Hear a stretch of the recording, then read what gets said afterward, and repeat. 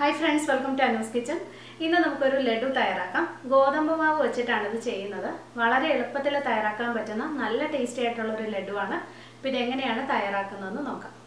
ഇപ്പോൾ ലഡു തയ്യാറാക്കാൻ വേണ്ടിയിട്ട് ഞാനിവിടെ 1 കപ്പ് ഗോതമ്പ് മാവ് എടുത്തിട്ടുണ്ട്. ഇത് ആദ്യം നമുക്ക് ചെറുതായിട്ടൊന്ന് വറുത്തെടുക്കണം. അതിനുശേഷമാണ് ഇതിനകത്തോട്ട് പഞ്ചസാരയും നെയ്യും ഒക്കെ ഒഴിച്ച് ഇത് ലഡുവാക്കി എടുക്കുന്നത്. അപ്പോൾ ഇത് ആദ്യം നമുക്കൊന്ന് വറുത്തെടുക്കാം. ഇപ്പോൾ ഒരു പാൻ വെച്ചിട്ടുണ്ട്. അതിനകത്തേക്ക് നമുക്ക് ഗോതമ്പ് മാവ് ചേർക്കാം. ഇനി തീ കുറച്ച് വെച്ചിട്ട് ഇത് ഇളക്കിക്കൊണ്ടിരിക്കുക. ഒരു 10 മിനിറ്റ് നമ്മളിങ്ങനെ ഇളക്കുമ്പോൾ ഗോതമ്പ് മാവ് ചെറുതായിട്ടൊന്ന് മൂക്കും. ഇപ്പം നമ്മൾ മണത്ത് നോക്കിക്കഴിഞ്ഞാൽ ഒരു പച്ച മാവിൻ്റെ മണമായിരിക്കും. കുറച്ച് നേരം കഴിയുമ്പോൾ ആ മാവ് മൂത്ത ഒരു മണം വരും. അതുപോലെ ഇതിൻ്റെ നിറം ചെറുതായിട്ടൊന്ന് മാറുകയും ചെയ്യും. എപ്പോഴും തീ കുറച്ച് വെച്ച് ഇതിങ്ങനെ ഇളക്കി കൊടുത്തുകൊണ്ട് തന്നെ ഇരിക്കണം, അല്ലെങ്കിൽ കരിഞ്ഞു പോവും.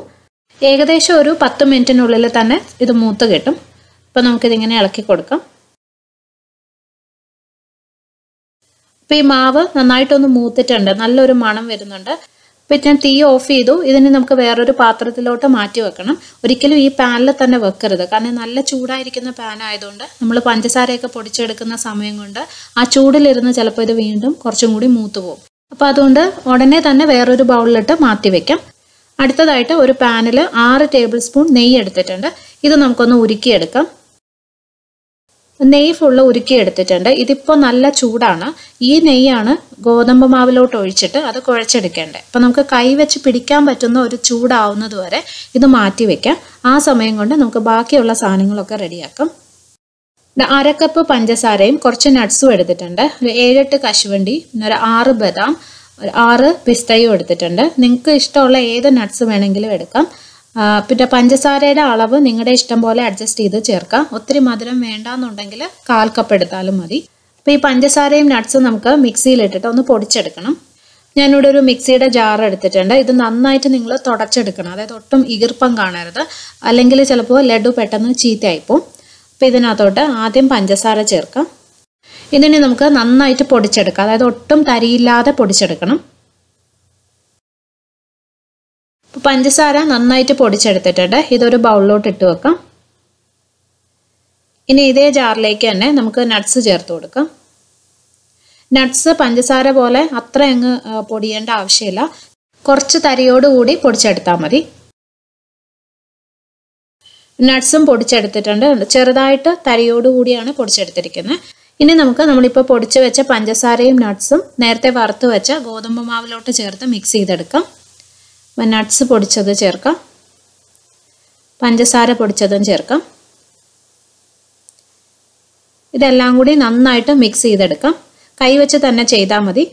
ഈ നട്ട്സിൻ്റെ പൊടി ആ ഗോതമ്പ് മാവിലെ എല്ലാ സ്ഥലത്തും ഒരുപോലെ ആവുന്നത് വരെ മിക്സ് ചെയ്യാം. ഈ മാവിൽ ചിലപ്പോൾ ചെറുതായിട്ട് കട്ടയൊക്കെ ഉണ്ടാവും, അപ്പോൾ അതൊക്കെ കൈവച്ച് നന്നായിട്ട് ഉടച്ചു കൊടുക്കണം.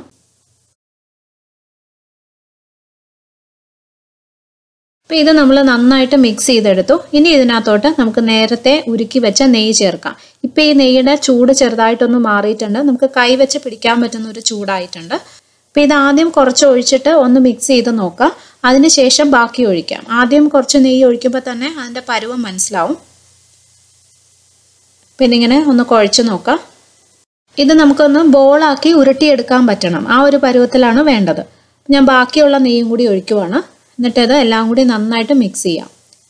ഇനി നിങ്ങൾ ഈ ഫുള്ള് നെയ്യ് ഒഴിച്ച് കഴിഞ്ഞിട്ടും ഇങ്ങനെ ബോളാക്കി എടുക്കാൻ പറ്റുന്നില്ല എന്നുണ്ടെങ്കിൽ കുറച്ചും കൂടെ നെയ്യ് ഒരുക്കി ഒഴിച്ചാൽ മതി. ഇതിപ്പോൾ എനിക്ക് കറക്റ്റായിട്ട് വരുന്നുണ്ട്. എല്ലാം കൂടി നന്നായിട്ടൊന്ന് മിക്സ് ചെയ്യാം. നമ്മൾ നെയ്യ് ഒഴിച്ച് കഴിയുമ്പോൾ മാവെല്ലാം നനഞ്ഞു വരണം.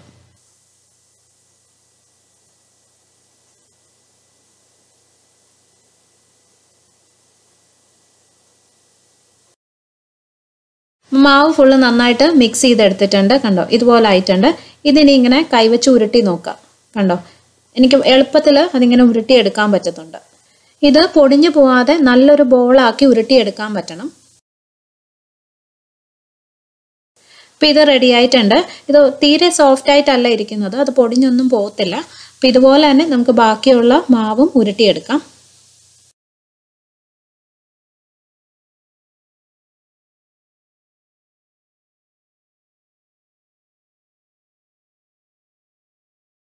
ഇപ്പോൾ മാവെല്ലാം ഉരുട്ടി എടുത്തിട്ടുണ്ട്. ഇപ്പോൾ 8 ലഡു ഉണ്ട്.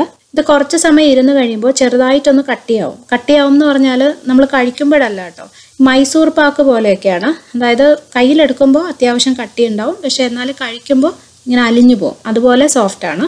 അരമണിക്കൂറിനുള്ളിൽ തന്നെ നമുക്ക് തയ്യാറാക്കാം. വളരെ എളുപ്പമാണ്, നല്ല ടേസ്റ്റിയുമാണ്.